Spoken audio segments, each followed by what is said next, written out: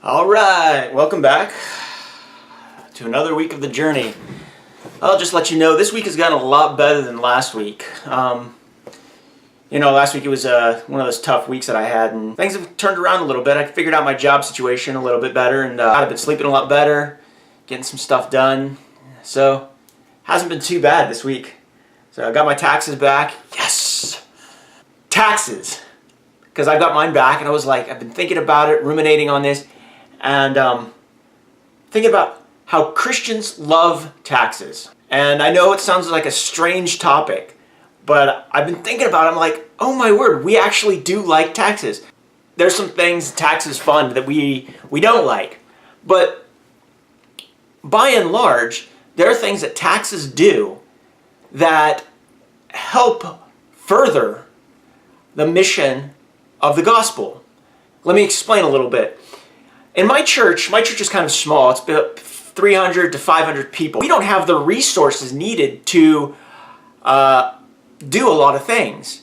We don't have the staff. We've got 3 pastors, maybe 4 staff people, some volunteers, but there's a lot of things that we can't do.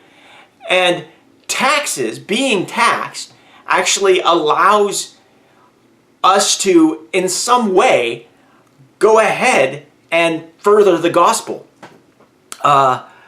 Taxes go to many things, and one of the things that they do go to, let's think about helping food pantries. Taxes, it's not a lot of money that goes to food pantries, but there is some.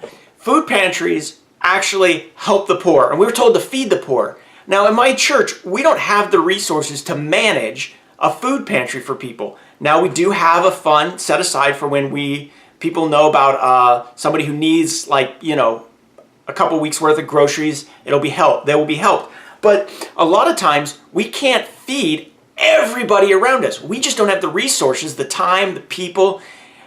We're a middle-class church. We can't fund everything.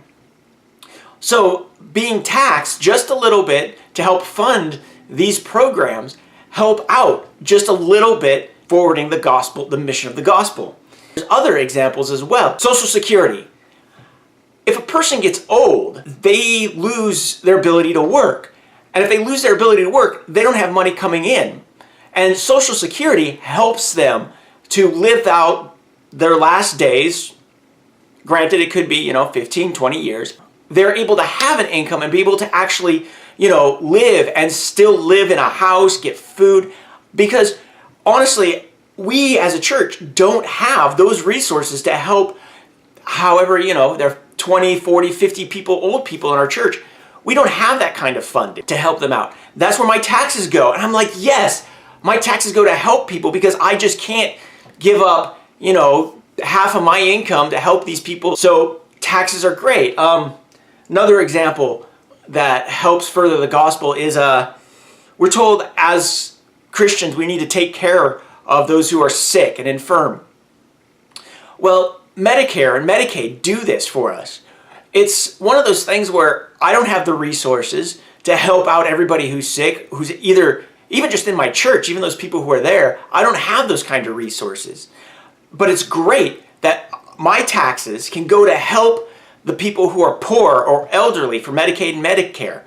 This is just awesome in my brain. I am inadvertently, through my taxes, forwarding the mission of the gospel. Now, there are also things when it comes to the gospels that I have to do as well. I can't rely on the government and my taxes to do everything. There are still times in my life where I have to go out of my way and say, oh, there's a need. I can cover that right now with the money that I have and with my resources. I've had it happen to me. I needed a lawnmower when I just bought my house.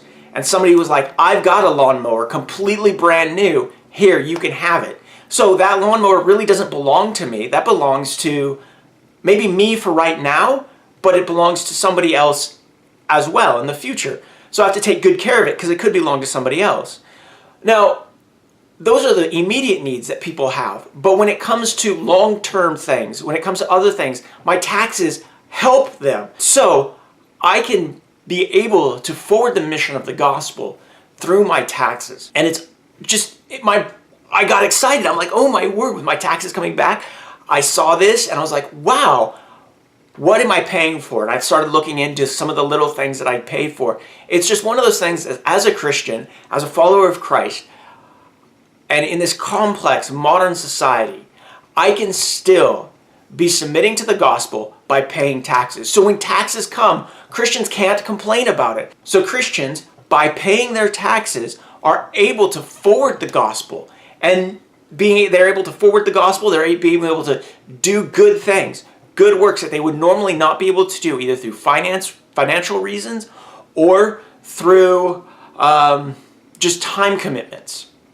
So, be blessed. Don't complain about your taxes if you're a Christian.